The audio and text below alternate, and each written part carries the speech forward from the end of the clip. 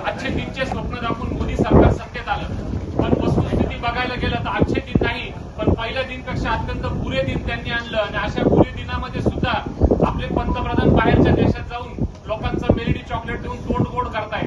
आम्हाला खऱ्या अर्थानं शरम वाटते या देशामधल्या न्याय व्यवस्थेची आणि या सगळ्या गोष्टीची. एकीकडे महागाईने मोठ्या प्रमाणात उच्चांक गाठलेला आहे देशामध्ये. गेल्या 10 ते 15 दिवसामध्ये पेट्रोल डिझेलच्या दरवाढीमध्ये 7 ते 8 वेळा दरवाढ झाली.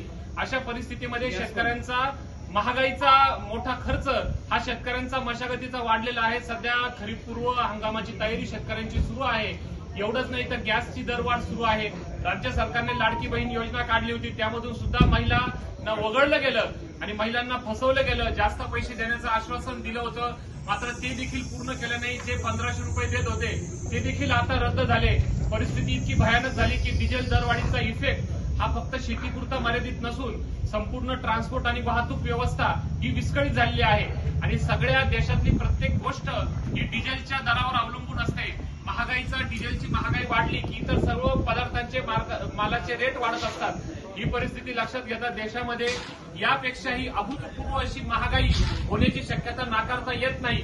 आम्ही काँग्रेस पक्षाच्या वतीने या महागाईचा, पेट्रोल, डिझेल, गॅसचा दरवाढीचा जाहीर निषेध करतो आणि खरीपाच्या हंगामावर शेतकऱ्यांना पूर्ण उपलब्ध होईल या प्रमाणात खतं शेतकऱ्यांना मुबलक दरात दिले पाहिजे, योग्य दरात दिले पाहिजे, मुबलक प्रमाणात दिले पाहिजे अशी देखील मागणी करतो.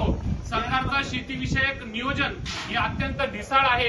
एकीकडे बियाणं आणि खतांचा अभाव आहे, दुसरीकडे खतांचे दर गगनाला भिडले आणि डिझेलचे दर सुद्धा वाढले. या सर्व परिस्थितीचा काँग्रेस पक्ष निषेध करतो आणि यापूर्वी यानंतर जर समजा अशीच दरवाढ सुरू राहिली तर काँग्रेस पक्ष रस्त्यावर उतरून आंदोलन करेल याची नोंद घ्यावी.